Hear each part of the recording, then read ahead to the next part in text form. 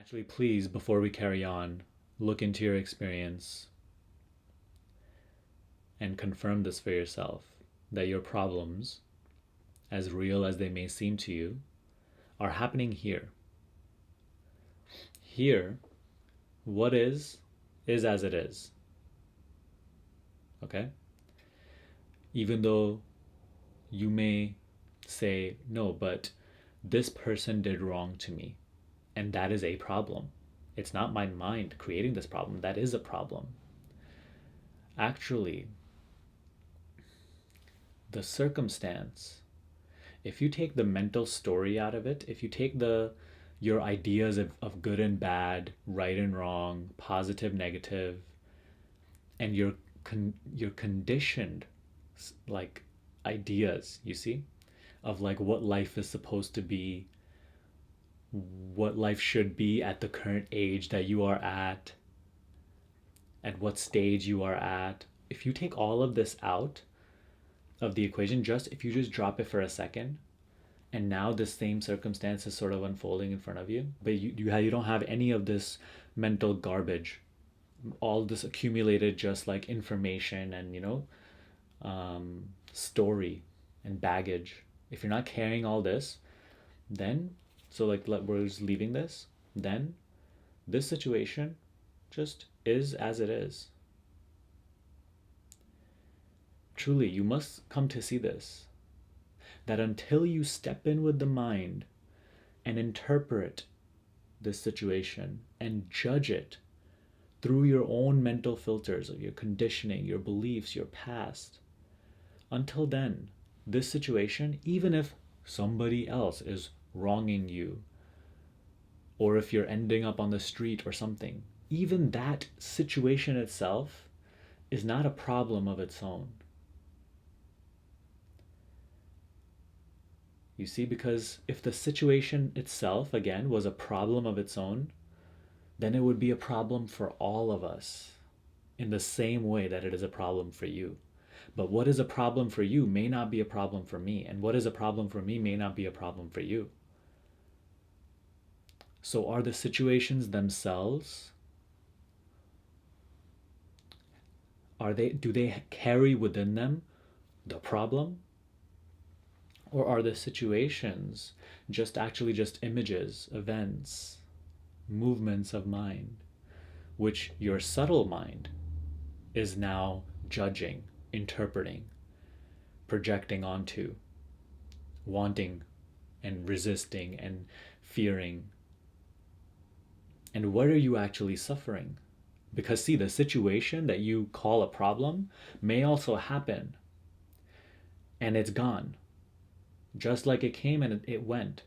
But maybe it's been days, maybe it's been weeks, maybe it's been years, and you're still suffering that situation. So now, see clearly, please. Again, is it the situation that was the problem? Because the situation also just came and went. Now, where does the problem lie? If not in memory, mind.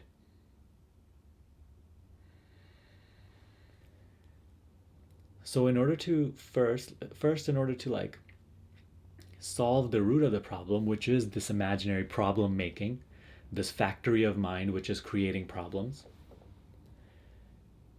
we must first come to, at least on a mental level, acknowledge that this is the case.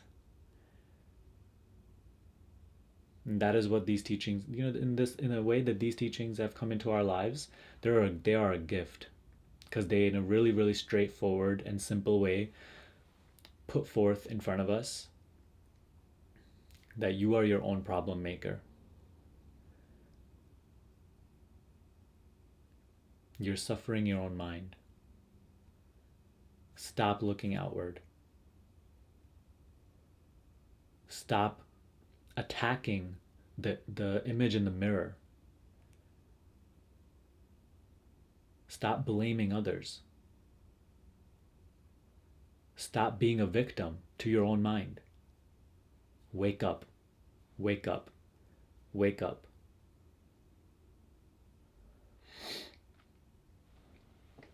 If there's a resistance to accept this, then we just continue to maybe even hear these words and they just brush over our mind, and then we just carry on with problem making. But if something within you is ready,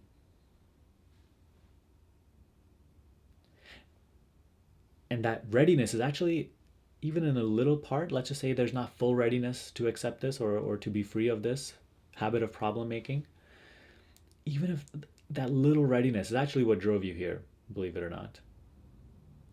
So now it's just about, the more clear you become about this, the more this readiness will become more and more. It will ripen.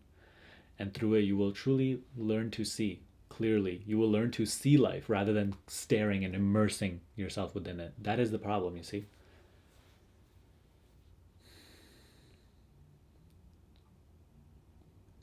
But don't fall into your mental trick of hearing these words and then making a problem out of them too. That like, oh my God, my problems are mine, and like I'm making my problems, but I don't know what to do about them, and then becoming a victim of even this.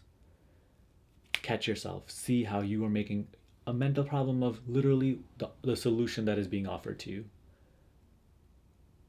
It is just a mental tendency to keep you imprisoned in your own conditioning, in your own worldview, in your own ideas, in your own problem making factory.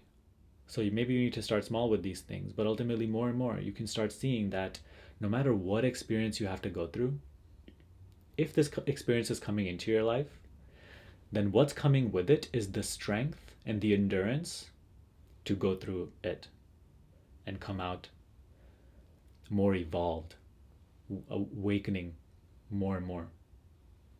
That is a very, very powerful thing to understand. All of us, feel bad for the people who have to go through a lot. And in truth, everybody's going through a lot.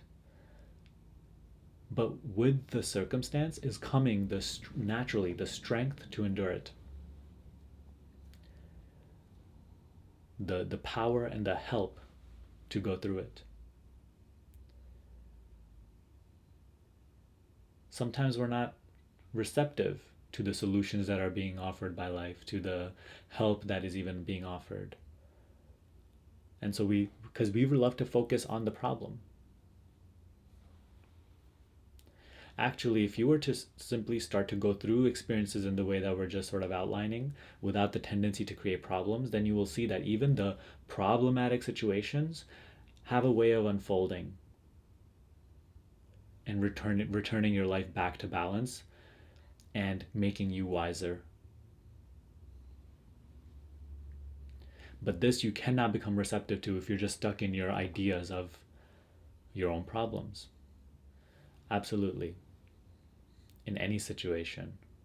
Because even so, as you say, being out on the street, being cold, hungry, that itself is simply an experience.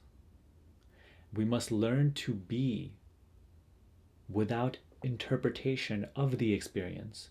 If you can just do this, then maybe this will actually make sense. And I know it's like, so it's a sort of like urging you to try it out. I'm not telling you to go to the street and be hungry and cold. That's what I'm saying, to try it out with the smaller things first. Start to see it with the smaller things and build yourself up. When you are able to go through experience without the mind stuff, right? You will, through your own direct experience, start to see how experience naturally unfolds in a way that is relevant to what you currently need to experience. The strength and the power to endure it is coming. The help is coming. And as long as you continue to just follow the flow of life, free of your own judgments and your own resistances to it, then the flow itself will continue to unfold, and it very may as well like lead to something positive, something that your mind loves.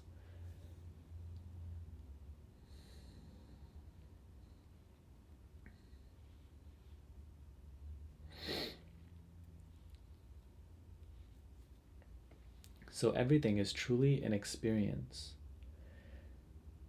And once you're able to, when you're sort of becoming rid of this tendency to live in your mental problems about the situation, now you're able to experience experience. Even if it's an illness, even if it's ending up on the street, there is a relevance to it right now for your particular theme, you see? And look at the diversity of themes and problems, you know? So be very, very sure and see for yourself, and even resort to your past experiences. Some of the worst things that you believe happened to you brought the best things into your life at a later time. We see this in hindsight all the time. Something that we perceive to be so negative actually led to something positive. And then from here on out, we're like, oh yeah, if I didn't go through that, I wouldn't be here today. So why just restrict this understanding to what happened in the past? Why not actually acknowledge it now through whatever problem you may be currently going through, situation that you may be going through? Why not have this wisdom in advance? Why only wait to the future until this does turn into something positive to then look back and be like, oh yeah, yeah, it turned into something positive, nice. Actually, let's also let go of this addiction to positive. We are not seeking just attaching ourselves to positive and then cling and resisting the negative. That is how you create suffering, through dividing life in half, clinging on to one, resisting the other. This is where your problems arise in the first place. Whereas when you start to learn to experience without mind, then what results in experience is harmony. Mind distorts. It strays you away from what is into ideas about what is. It distorts. Learning to experience what is as it is naturally produces this state of harmony, which is very noticeable in the way that the event unfolds. Look back into your life when sometimes you feel irritated and sometimes like a trigger goes off and you really react negatively. From then onwards, sometimes the entire day unfolds in that same energy and things just keep going more and more wrong. There's not a coincidence. We must wake up to why this is. Whereas if that same thing happened on a different day, that trigger went off on a different day and you didn't give into it, you sort of just experienced the experience as it is, allowing it to unfold, not just diving into it with all your judgments, creating problems out of it, then the rest of your day might unfold completely differently.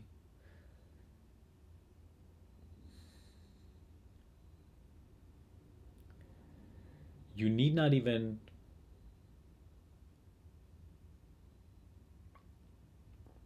do anything to realize this. Actually, just go through your day.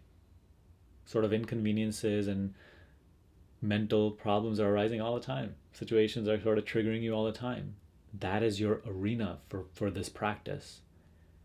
Anything that we discuss on these calls, now you go into your day. You don't have to go somewhere else, right? Like, to practice this. You don't have to be alone in your room. No, that's not. Your life is your practice. Your life is your teacher. The situations as they're unfolding, the problems that are coming up, the triggers as they're going off, they are your teacher. Are you going to resist your teacher? Are you going to fight against the teacher with just mind stuff? Your own ideas of what is good for you, what is right and what is wrong, all that stuff? What is possible, not possible? Or are you going to so this is learning to experience life as it is without mind also builds a certain sensitivity that you learn to listen to life's commands, where it is sort of reeling you in.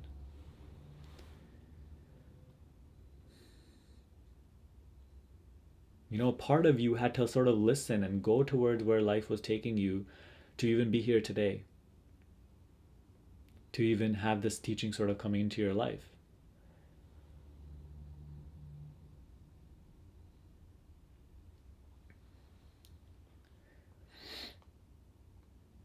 And so, sometimes we say like we really want our sort of process to go faster, or we want it to go in this way and that way, we want to realize certain things.